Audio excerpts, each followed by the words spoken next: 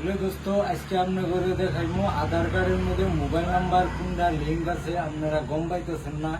তো কিরকম করে দেখবেন, তো চলেন ভিডিওটা আমি স্টার্ট করি। ফার্স্ট টাইম ক্রোমে যাবেন, ক্রোমে যাওয়ার পরে এদিকে সার্চ করবেন আধার সার্ভিস পোর্টাল। তো আধার সার্ভিস পোর্টাল খোলার পরে এরকম একটা ইন্টারফেস আইব।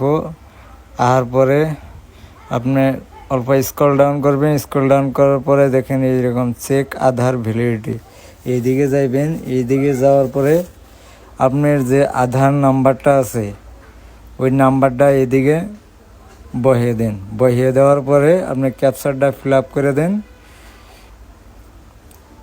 ক্যাপচার ফিল আপ করা হইলে প্রসিডে ক্লিক করেন। প্রসিডে ক্লিক করার পরে এই দেখেন এইদিকে দেখাইব, আমার এই যে দেখাইতেছে